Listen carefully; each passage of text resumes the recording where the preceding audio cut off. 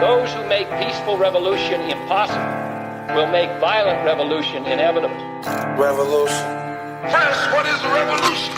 Revolution is the solution, hey. The motive of a revolution. Well, now, The objective of a revolution. be televised. And the result of a revolution. And the methods used in a revolution. I know you know. Put my gun away.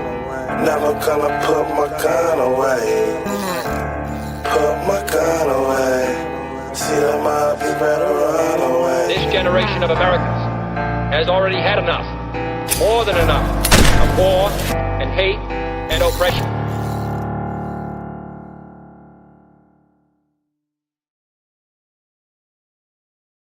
Hello, Internet. Hope everybody is having a fantastic Sunday. We've got some things going on. Anything in the news lately? Anything I should be aware of? Yeah. Looks like it's Operation Iranian Freedom this time. We've got some stuff kicking off in the Middle East, and it has been pretty gnarly for the last 2 days. I was still awake. I'm usually in bed by like 9 or 10 because I get up super early, and I was still awake on Friday night when all this shit started to go down. And you know, I have a lot of opinions on this, but before I get into my opinions, I want to go over what we know. Let's just talk about what we know first before I get into my insufferable libertarian perspectives. Danger, what's going on? Wally World, good to see you. Pete Grabber, Blue K2. Thank you guys all for being here. We have a lot to get into tonight. A ton of stuff. There's it's hard to figure out what's going on, because the whole 48 hours fog of war, no pun intended, but kind of intended. It's difficult. You've got the Iranian regime and the pro-Iranian people posting their propaganda and stories, and then you've got our propaganda, Israel propaganda. So who's really telling the truth? So they do Twitter Spaces, and I've been basically on Twitter Spaces for the last 48 hours, like the whole time, just listening in to what we know. They're both breaking. I've been on two different Twitter Spaces. They're both like breaking news type Twitter Spaces. One is more pro-Iran and one is more like pro-Israel. So I've been listening in on both of them. They've both been actually pretty much confirming the same information. So we have a ton to go over, a ton. And I put out a post yesterday saying, I'm going to try to stay in my lane tomorrow. I'm going to try to just talk about California stuff. But then I woke up this morning and it was just, it's insane how much this is already escalated, like dramatically. And, and it's also insane how angry people are. I mean, I guess it's not that insane, but it's like, it's this thing of, you disagree with me on foreign policy, I'm unfollowing you and blocking you. It's like, okay, like, all right, that's up to you. I mean, I could completely disagree with people on this topic and still be friends with them. So I don't know, whatever, people are going to be however they're going to be. So, all right, I guess let's get right into it. Before we do, if you guys could do me a favor, like the stream, like the episode, just give it a thumbs up. It helps out so much. If you put a comment down there telling me I'm stupid, whatever, it helps the algorithm. I'm really trying to grow my YouTube. I've been working super hard on it the last 3 weeks, and it's actually helped a lot. So yeah, if you anything you guys want to do, repost, share it with your friends, all that kind of good stuff. It would help the channel. And all right, so let's get right into it. I wanted to start off with actually, I don't need to share my screen on this one. So I've been trying to just figure out like what we know in terms of a timeline, who struck who, what was struck, where was it struck, who's been taken out, what different countries are lobbing rockets at each other, what air bases have been attacked, all this stuff. That's what I've been trying to figure out. And this morning I stumbled across this lady, Patricia Marins, and she gave a pretty good breakdown, but this is only the first 24 hours. That's what's crazy. So much more stuff has happened after this. So much more stuff has happened today. So let's get right into it. So Patricia Marins says, First day, Iran's retaliation larger than expected, but Israel maintains firepower. The U.S., lacking the range for carrier-based airstrikes, limited itself to launching Tomahawk missiles. Based on just 2 different videos, both showing more than 20 Tomahawks launched, I estimate the U.S. expended 10 to 15% of its Tomahawk inventory on the first day, hitting dozens of targets in Iran. The Israeli attacks were even more aggressive, with 2 major waves on the first day striking over 200 targets in Iranian territory. However, all strikes were launched from Iraqi airspace, indicating some continued Israeli caution regarding Iran's air defenses. Iran is seeking to eliminate the American AN/TPY-2 radars, but these structures are highly mobile, with U.S. crews able to relocate them more than once a day. To locate them, Iran would need Chinese assistance and considerable agility. Both Israel and the U.S. heavily invested in drone operations for terrain monitoring to hunt for Iranian missile launchers. At least 2 large-scale launchers were identified and destroyed. There are still no reports of naval combat, which also suggests that Iran's navy, with over 30 warships, remains largely intact, as does the entire U.S. fleet, which is staying well back in the Arabian Sea. Now, remember, this is only from the first 24 hours. I think an Iranian ship has been sunk at this point. On the first day, several strikes targeted mountain base exits to obstruct and delay the movement of Iranian launchers. Iranian radars were also hit, though in limited numbers. Iran has improved its guerrilla tactics for radars, which may be helping. Israel likely also worked to obstruct known silo coordinates. I see Israel repeating tactics from the last 12-day war. On the Iranian side, the focus was on U.S. bases in Gulf countries. At least 6 to 8 bases are under heavy bombardment, what I calculate as damage already in the billions of dollars, given that Qatar base alone cost $10 billion. Air defenses at these bases were largely exhausted on the first day, with few Patriot batteries still operational and showing low efficiency, as some footage demonstrates. Iran also destroyed an AN-FPS-132 radar in Qatar and a radome in Bahrain, which probably housed a high altitude radar or SATCOM system, both high value assets. Overnight, Iran is expected to maintain the missile pace, focusing on Israel and additional U.S. bases. I believe Iran will launch around 100 long-range missiles during this period. This is a protracted conflict. On the first day, the Strait of Hormuz was already closed, as we had predicted here, and it has strong potential to drag in other Gulf countries. On the first day, everything has unfolded as we anticipated over the last 15 days. So, and yeah, this is already, you can already tell this is going to be way more drawn out than the 12-day war was. I mean, there was even before the 12-day war, Israel and Iran were lobbing missiles and rockets back at each other, 5, 6, 7 months before that, maybe a year before that. And it looked very dramatic, but it was mainly just Iran shooting missiles and Israel shooting them down.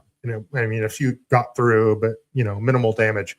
This is already looking, Iran isn't just attacking Israel. They've attacked Iran has attacked Qatar, Bahrain, Kuwait, Jordan, Saudi Arabia, Israel, obviously, and Lebanon. Hezbollah just got involved as well. Obviously, Iran isn't attacking Hezbollah. Hezbollah is attacking Israel from Lebanon. So there's a lot of craziness going on right now. Yeah, so we'll keep going here. I want to talk about the support for this war, American support for this war. How many Americans support this thing? I estimate that it's low, and that's, looking at people on the left, very few people on the left support this. Probably a lot of it because it's Trump doing it. If it was Kamala doing it, they'd probably support it, and vice versa. If Kamala was in power and she launched the same exact attack, tons of people on the right who are supporting it now would be denouncing it. It's this whole tribalist nonsense that's going on. But overall, how many Americans support this war? And so, actually, before I get into that, I asked to give me like a detailed breakdown of everything that's happened in terms of, I said, please give me a detailed breakdown of what has been confirmed to have happened in the war with Iran. Please give me a timeline of Israel and US strikes, where they hit, who in Iranian leadership has been killed, and what the response of Iran has been. Please include everywhere Iran has struck, a timeline, countries involved, US military casualties, and casualties in each country. So Grok says, overview of the Iran-Israel conflict 2023 through 2026. Okay, I don't want that. So, yeah, I don't want that, Grok. What the frick?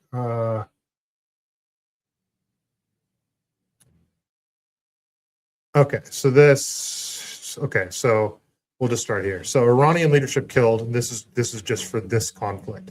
So Ayatollah Ali Khamenei, supreme leader, he's been taken out. It's already been confirmed. Ali Shakmani, former national secretary, council secretary, a Khamenei advisor. I can't pronounce these names. So an IRGC commander in chief, a chief of staff of armed forces, defense minister, former Air Force commander, and IRGC head killed. Oh, he was killed back on June 13th, though, and a whole bunch of other people. So it's. I've seen reports that up to like 40 people in Iranian leadership have been taken out. Now, that doesn't mean that the head has been completely chopped off the snake, because there's still serious escalation going on. So keep going here. So Iran's responses and strikes, timeline and location. So in this conflict in February and March, barrages on Israel and Tel Aviv, Jerusalem, Bayet Shemesh. Sorry, I probably pronounced that wrong too. U.S. bases in Bahrain, Qatar, the United Arab Emirates, Kuwait, Jordan, Saudi Arabia, Iraq. IRGC claims 14 U.S. bases targeted, vows crushing response until objectives met. Iran has signaled potential preemptive or sustained action, shifting to an offensive doctrine. The countries involved. So, countries involved, you've got Iran, Israel, United States, United Arab Emirates, Kuwait, Bahrain, Qatar, Jordan, Saudi Arabia, and Iraq. And those are all because we have U.S. military bases there. So, yeah, and I imagine Iran is pissing off a lot of their neighbors by attacking, military bases within their country, but I don't know the blowback they've received from that yet. So, okay, so now how many people are supporting this thing? I asked Grok, and I asked. Actually, let me pull this up really quick. I go to my bookmarks because I wanted to get two different AI sources for this. And yes, they are just pulling up data from, Newsweek, New York Times, Bloomberg, all that different kind of shit. So, take it with a grain of salt. But I mean, as I was saying before, the left doesn't support this at all. And I would estimate anywhere between half and like 30% of people that voted for Trump do not support this at all. A lot of people voted for Trump, libertarian people, disaffected liberals that voted for Trump, primarily voted for him because the whole no new wars thing. Everybody hoped that Trump would be look at when he was on stage back in 2016 and he went off on Jeb Bush for support, his brother with Operation Iraqi Freedom. So this is highly, highly disappointing for many people that voted for Trump. So the way I look at it, half the people are on the left. If 20 to 40% of people that voted for Trump don't support this, I would say around 70 to 80% of Americans don't support this war. So I asked Grok. All right, so based on all available polling information, what percentage of Americans support this war? It is complicated. So it says, based on a comprehensive review of recent polls from 2023 to early 2026, support among Americans for war or military action against Iran varies significantly depending on the timing, wording of the question, and whether the poll was conducted before or after reported U.S. strikes, such as those in 2025 and early in 2026. Pre-action polls generally show lower support, often between 20 and 30%, while post-action surveys sometimes reflect a temporary rally effect with higher approval of up to 50%. Overall, averaging data from 14 major polls yields approximately 24% support, with opposition typically ranging from 45% to 70%. Here's a breakdown of key findings. A February 2026 Economist/YouGov poll found 27% support the U.S. military force against Iran, with 49% opposed. The University of Maryland Critics Issues poll, February of 2026, reported 21% favoring a U.S. attack on Iran versus a 49% opposed.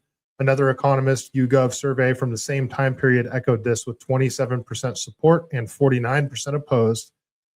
A January 2026 Marist poll indicated higher support at 42% for military action in Iran, with 57% opposed, driven largely by partisan differences. 75% Republicans in favor. Quinnipiac's January 2026 poll showed only 18% support for the U.S. military involvement, with 70% opposed. Polls explicitly framing it as war rather than strikes or action tend to show even lower support, which has a post-strike YouGov survey where just 5% wanted full war with Iran, 85% opposed.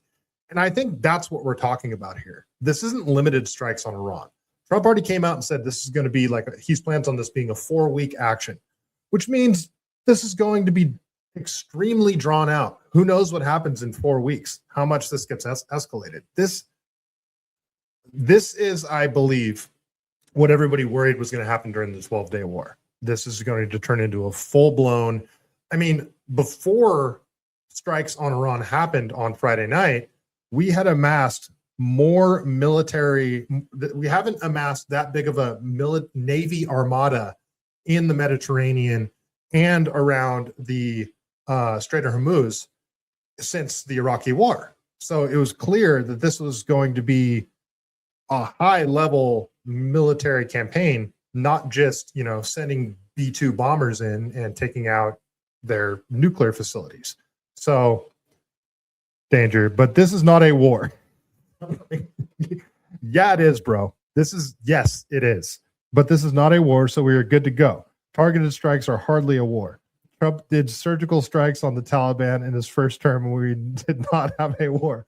Bro, this is going to be a war. This is not going to be limited strikes. And Congress is going to be voting on it soon. This is actually going to the floor.